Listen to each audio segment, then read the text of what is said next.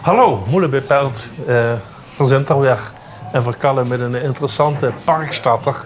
En u kunt onze gast uit Broensum. Het is een VIP, kan ik vertellen. Een very important Broensumer. Maurice Velraads. Maurice, van harte welkom. Dankjewel, Fijn Fred. dat ze met me gaan schallen. Ja, zeker. Verzet ons gelijk erbij. En wat wil ze drinken? Ik drink een spaatje vandaag. Ja, Rood of blauw? rood. Ja. Spaarrood. Een beetje feestelijk, hè? Moelen met veld.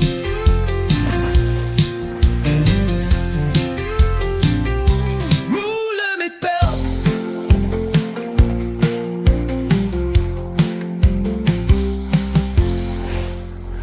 Maurice Velraads, hartstikke welkom. Ik ben gans naar Jelle gekomen. Ja. De best nog redelijk jong. Maar het is wel ergens begos met Maurice. Waar stond die weegske? Ik ben woonachtig geweest in Brunsum, nog immer. Geboren in Heerlen, maar dat was in de tijd de vroedvrouwenschool. Dus ja. Dat is een beetje spijtig, maar dat wil met te leven. Maar dat is een richtige Broensumer. Ik ben een richtige Brunsum. En uit welke ek ergens? Ik was oudershoesting in Broensum Noord. En als ik kijk naar mijn vader, naar de Velraadskant, die komen eigenlijk allemaal uit Oud-Broensum. Oud-Broensumer jongens, ja. Dus een beetje rumpen en... Nee, eigenlijk meer om op de dorpsstraat. Oké. Ja, die graag. Oké. Ja.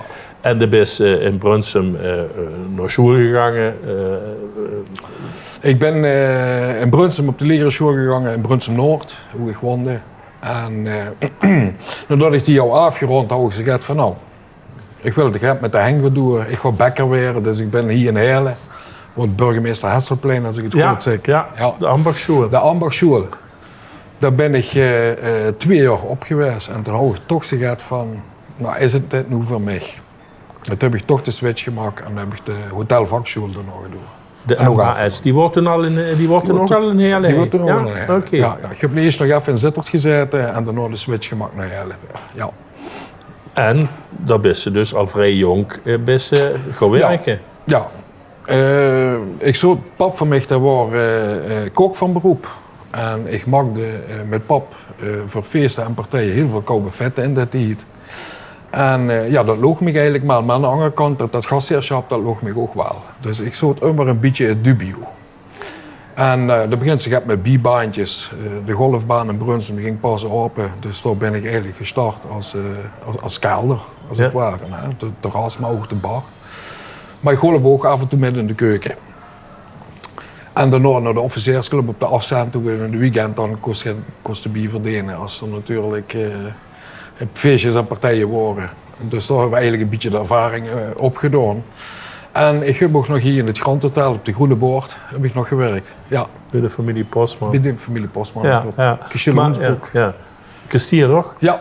Oké, maar op een gegeven moment houdt ze het wel een beetje gezien in de horeca. Ja, dat werd ze, Frits, in dat tijd, het verdienen, dat was niet dat ze zei van hoera. Hè? En mijn vriend die ging in het weekend immer op stap als ik moest werken. Ik hou de maandag vast vrij als ik ging werken. En ja, ik ben wel een man van feesten en plezier maken. Dus ik hou het op een gegeven moment wel een beetje gehad. En van de ene kant jammer natuurlijk, maar aan de andere kant ook gezegd, ik gewoon toch de switch maken. En ik heb mijn ontslag gepakt en ik ben, ik geloof 2 dagen later, ben ik in de bakkerij begonnen. Ja, toch weer de bakkerij in. Toch weer de bakkerij in, ja. Als Ja, tussenoplossing. ja, juist. Kijk het van dood verder. Ja. Maar dat bleek een eindoplossing, althans. Dus u het nooit. Tot nu toe wel, ja. Ondertussen is er al 34 jaar, dus ja. En dat was bij de firma Erkens, heel bekend ook. Maar dat wordt op een gegeven moment wordt gedaan met de bakkerij. En... Ja, dat was een familiebedrijf, de familie Erkens. En die raakte op een gegeven moment ook op leeftijd. En die hadden niet echt een opvolging. Dus ja, toen wordt het verkopen. En in eerste instantie zijn het toen verkocht worden aan Quality Baker samen met het Anker in Kerkroo, maar ook de Marebos in Brunsum. Destijds van die grote, vierzachte broodfabrieken. Juist, dat, ja. Alleen via maakte in de tijd wel nog brood, gebak Maar ook daarna heb je nog eens een keer Panermel. Dat is denk ik ergens ook onbekend. En dat heeft een paar jaar aangemodderd. En dat was uurvername op uurvername. Dus de firma Kams is er op een gegeven moment nog tussenin gekomen. En op een gegeven moment is het weer verkocht geworden aan Van der Mortelen in België. Ja, Van der Mortelen, een grote naam in de voedingsindustrie. Zeker op het Belgisch. Ja, heerlijke sauzen, lekkere Belgische mayonaise. Ja. En door is dus op het industrieterrein is dat eigenlijk in Brunsum waar dat gebouw ligt. Hè? Waar vroeger dan ergens ook was. Ja, dat heeft ergens wel nog gebouwd. Die hadden gezegd van ja, we zijn te klein op de Oudbekkerie. En dat was ook sterk verouderd. Dus die hebben daar een hele nieuwe fabriek neergezet. En dat is op een gegeven moment overgenomen door Van der Mortelen. Ja. En toen hebben we ons zuiver gericht op diepvriesgebak. Dus het Panermel gedeelte is er ook uitgeteld uit de fabriek. Dat is verkocht geworden. En toen zijn we ons echt gaan focussen op het diepvriesgebak. Ja, want Van der Mortelen is een groot bedrijf wat eigenlijk door gans West-Europa al zo'n beetje zit. Hè? Ja. Ook veel bekende merken daaronder. En dingabteil is gebak. En du bent door chef. Ik ben er begonnen eigenlijk als gewoon productiemedewerker, procesoperator, nu nog teamleider. En per 1 mei gewoon ik gedangers doen. Dan gewoon ik productdevelopment en procesmanagement doen. Ze willen toch gebruik gaan maken van mijn ervaring. Ja, ik denk nog 34 jaar. Dan weet ze wel get. Dan heb je die ervaring wel. Dus het is eigenlijk, ik mocht eigenlijk in de productontwikkeling dus nu producten ontwikkelen, maar ook vertalen naar de productie toe. Wat hebben we weer aan aanpassingen nodig om dat product te kunnen maken? Ja. Oké, nou ja, een hele werker geloof ik. Maar niet alleen, daar is niet alleen gewerkt. Je bent ook heel bekend in het verenigingsleven in Brunsum. Ja. En wat dan als eerste in het oog springt, dat is natuurlijk toch vastelovend. Klopt. Daar had ze ook lang een actieve rol. Ja, dat klopt. Ik ben eigenlijk, moet ik niet liggen, vanaf 1981, toen was ik 10 jaar. Ja. Ben ik lid geworden van Carnavalsvereniging de Streupers. En mijn pap, die was er al lid. Mijn pap is er 73 stadsprins geweest. En is eigenlijk kort daarna meteen president geworden van de club. Ik ben mijn carrière begonnen bij de Prinsengarde met dansen. En toen naar de Herengarde. En wie pap van mij op een gegeven moment krank wordt en dat koos het niet meer aan. Toen werd eigenlijk naar mij gekeken van, goh Maurice, zou ze dan niet willen overnemen? En ik presenteerde toen wel alles met het jeugdcarnaval en dergelijke. Dus dat zou me eigenlijk wel een beetje in het bloed. Ik had er maar goed afgekeken van pa natuurlijk. Ja, en zo is dat eigenlijk een beetje geboren. Ja, want daar had je een behoorlijke grote rol gespeeld. Inderdaad, een tijd lang president. Ja. En die Streupers, dat is best een flinke club, hè? Ja. Dat is een verwannens geweer. Die garde bijvoorbeeld en de Tansmarisjes, dat is natuurlijk toch al iets speciaals voor Zuid-Limburg. Ja, uniek. We zijn denk ik eigenlijk echt een familievereniging hoe iedereen zijn plaatsje in kan vinden. Van jong tot oud, maar ook manslu, vrouwlu, kinderen, noem het maar op. En ik denk dat dat ook wel als vereniging uniek maakt. Ja. Maar op een gegeven moment, het toch nog best wel een jonge leeftijd, had ze gezegd van nou, die actieve rol die geef ik hier door. Hadden ze het op een gegeven moment wel een beetje gezien. Ja, ik heb dat 22 jaar gedaan. Dat is lang, hè? Lang, ja. Ja, als president. En ook nog een jaar of, moet ik niet liggen, een jaar of 12, 13 meen ik, als een combi-rol. Dus als voorzitter-president. Dus ik heb ook nog eens een keer die voorzittersrol mogen vervullen. En dan even bijzonder natuurlijk in het overkoepelende orgaan, de Carnavalsraad Brunsum. Ja, daar gaat toch wel echt veel legitimiteit in zitten. Ja. Maar tot op u bent u nog helemaal verslaggever van de tv-uitzending van de optocht. Ja, dat doe ik nog helemaal. En dan had ze deze vastelovende flink naar het park metgehaald. Ja, tot op de Ongebroek, Frits. Wat een weer, hè? Ja, dat is het enige wat van in de hand hebben. Nee. En dan natuurlijk, maar dat is ook alweer een tijdje geleden, Oktoberfestloos. Want Brunsum had natuurlijk wel, Giekeren hadden u verzetterd, maar Brunsum had natuurlijk ook een heel behoorlijk Oktoberfest, het traditionele. Ja, Ja, ik denk het oudste Oktoberfest in Limburg, dat sowieso. Hè, want Dat is ik maar van Nederland. Ja, bestond al voorzitterd. Wel uniek, want ze werken hoofdzakelijk alleen met Oostenrijkse artiesten.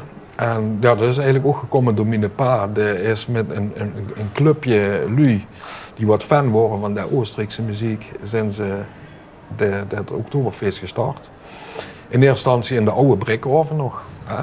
En ja, op een gegeven moment dat werd groter en groter. En toen werd het een tent op het Lindeplein. Het heeft nog 2 keer in het park gestaan, in het Viverpark. En nu natuurlijk op het Koutenveld. En we mogen wel zeggen, ja, het is een groot en mooi Oktoberfeest. Ja. Ja. We hebben van nog die muzikale voorkeur vragen. We gaan even naar het intermezzootje toe. Dan vreeg ze een Maastrichtse artiest aan. Ja. Erwin. Ja. Ik wil immer met die dansen. Of ik dans immer met die. Ik blief altijd met die dansen, Ja. sorry. Ja. Ja, dat is, dat dansen, dat is eigenlijk wel een beetje een leidraad in mijn leven geweest. Hè. Ik ben bij de Streupers in de Prinsengarde begonnen met dansen. Ik heb het nummer laten afspelen op de uitvaart van mijn vader. Vrouwen heel veel meteen, Verkal ook veel meteen. Ook als we weer een zitting gepresenteerd hadden, of we waren samen een zitting geweest. Dan wordt het immer wel wat vongen we ervan. Hè? Wat kunnen we eraan verbeteren? Echte watchers. Ja, dat. Ja, en dan, als ze dan afgelopen jaar nog een goede vriend verloren, en dan huis je ook weer dat pleitje. Hè? Want ja, goed, het werd toch vaker ook gedraaid in minder leuke omstandigheden. En dat deed ik toch gaat. Oké. Ja, en natuurlijk, het is Limburgs. Erwin, ik blijf altijd met die dansen. Ik blijf altijd met die dansen, met die gans alleen. Want zo blijft ik toch een beetje bij mij. Ik kan die garo niet missen, dit zo'n pijn. Oh, zo. Maurice Velraads, de speelt in dat verenigingsleven in Brunsum een belangrijke partij met. En dat is tegenwoordig vooral ook de parade, World Festival Parade Brunsum 2026, eerstdaags. Ja. Vertel een story over. Ja, om even terug te pakken van wie is er gekomen. Dat zag ze dus straks zelf al als een VIP Brunsumer is. Dan wist je ook wel eens regelmatig gevraagd natuurlijk in organisaties. En ja goed, ik ben immer wel op zoek naar een nieuwe uitdaging. En ik ben wel al sinds mijn 16e ben ik vrijwilliger van de parade. Dus eigenlijk ook overal handen- en spandiensten verleend. Maar aan de andere kant ben ik ook wel een man wat geen evenementen organiseert. Dat evenementenorganisatie, dat lijkt me wel. Mm-hmm. Dus ik ben in 2015 gevraagd om het bestuur te komen van de parade. En ik heb mijn eerste editie was toen in 2016. Ja, de parade. Want nou ja, parade is eigenlijk in dezelfde tijd ontstaan wie het WMC. Hè? Kent ze zeker, hè? Een beetje in de noorsleep van de watersnoodramp. Van de watersnoodramp en het feit dat er toen ging vastelovend worden en dat er alternatieven gezocht worden eigenlijk. Ja. Dat is ook de geboorte van de parade geworden. En het is echt inderdaad een goed dansfestival. Er groepen vanuit de hele wereld komen. Maar het is ook, er zit ook wel eens een beetje op zoek geweest van wie moeten van dat vroeger wordt langer, duurde het langer en nu is het korter, maar ook weer frequenter. Ja. Dat zijn zo de dingen wat hier met de stellen had. Ja, weet je Frits, dat heeft alles te maken met waarom doen we het korter, omdat de subsidies, sponsoren, die liggen natuurlijk niet meer voor het oprapen. En evenementen, vooral na corona, ja, dan mochten ze ondertussen wel 25-30% bijtellen aan kostings. Dus ja, dan moesten we toch op de centjes gaan letten als organisatie. Want we willen natuurlijk de parade niet in Brunsum verloren laten gaan. Dat die nog hopelijk in de lengte van jaren kan blijven bestaan. Dat is voor ons belangrijk. En aan de andere kant moesten we ook op een gegeven moment een switch gaan maken. Hè. Ik bedoel, de tijd is nu anders als dat ze jaren geleden waren, wie de parade ontstaan is. Hè. Ik herinner me goed, en die vraag kregen we ook regelmatig van... waarom slopen de lui niet meer bij de lui toes? Ja, dat kent tegenwoordig allemaal niet meer. Nee. Dus dat zijn wel dingen, daar hebben we als organisatie mee te maken. En dat is ook een van de redenen van waarom is het korter, waarom doen we het op een andere manier.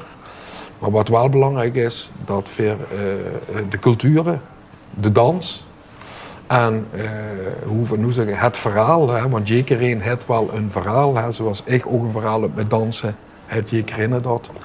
En dat is de parade van hedendaags. Ja. En nou ja, hierdaags is het dus. Wat kunnen ze ons erover vertellen? Wat gaat er gebeuren? Wat kunnen we verwachten? Ja, spectaculaire groepen. Van 5 tot en met 28 juni vindt dat plaats. Nog juist voor de zomervakantie, zeg maar. Juist voor de zomervakantie. We hebben bewust geschoven, omdat we hebben ook wel eens last gehad dat we met andere evenementen in de regio pakken de OLS. Dat het samen veel. Ja, dat wil ze elkaar eigenlijk niet aandoen. Ik bedoel, ieder evenement verdient natuurlijk zijn aandacht. En dan moesten jullie ook de kans geven om dat evenement te kunnen bezoeken, denk ik dan. Dus vandaar dat we ook naar voren zijn geschoven. En we doen dat in het Vieverpark in Brunsum. Chique omgeving. Ja, dat zijn ze nu nog hartstikke chic voor ons op aan het knappen. Daar wordt veel aan gewerkt op dit moment. En begint ze nu langzaam de contouren te zien. Dus ja, ik heb er wel echt zin in. Ja. Oké. Nou ja, dan hopen we dat de zon schijnt en dat de dansers er zin in hebben. En dan kunnen we ons erop freuen, laatste weekend van juni. Zeker weten. Ja. Kleurrijke groepen. Ja. Natuurlijk de dansscholen, omliggende dansscholen in het Broensum, maar eigenlijk in heel Parkstad, die werden er ook bij betrokken. Dus ja, we zijn ook van wie kunnen we de jeugd bereiken, ook voor ons ontzettend belangrijk. En ja, we gaan er echt een heel chic festival van maken in ons Vieverpark in Brunsum. Veel succes. Dank je. Hey, en als laatste, bent Maurice net aan het organiseren of aan het presenteren of wat dan nog is aan het doen? Wat had hij voor de rest nog voor hobby's? Deed hij aan sport? Of, Ja, sport op dit moment niet. Wat deed Maurice? Maurice gaat hier weg. Maurice gaat hier weekendjes weg. Van alles bezoeken. En of dat nu een stad is of dat we een vakantie, gewoon even de rust pakken. Want ja, goed, als je druk bezig bent, neven die werk, dan moest je af en toe ook wel een keer die ontspanning vinden. Nou, Maurice, versleten af met de Elske, zo wie gewend. En we hopen vandaag een mooie boodschap voor de kijkers thuis te huren. Ja, ik denk een beetje actueel. Ik hoop je allemaal te mogen verwelkomen in Brunsum op het Wereld Dance Festival Parade Brunsum editie 2026. We zijn erbij, Maurice. Zondag, dankjewel. Zondjes. Angergier bij Moelen met Pelt. Penev, Kostadinov en Stoikov hadden voor bijna in de tas. Als Veer gewonnen hadden, door waren gekomen, hadden we die alle drie gehad. Ik garandeer je, ja, daarna waren we landskampioen geworden. Maar we verloren. Dus de 1 miljoen die 0 ingezet had aan guldens en 100.000 spijkerbroeken, die gingen niet door.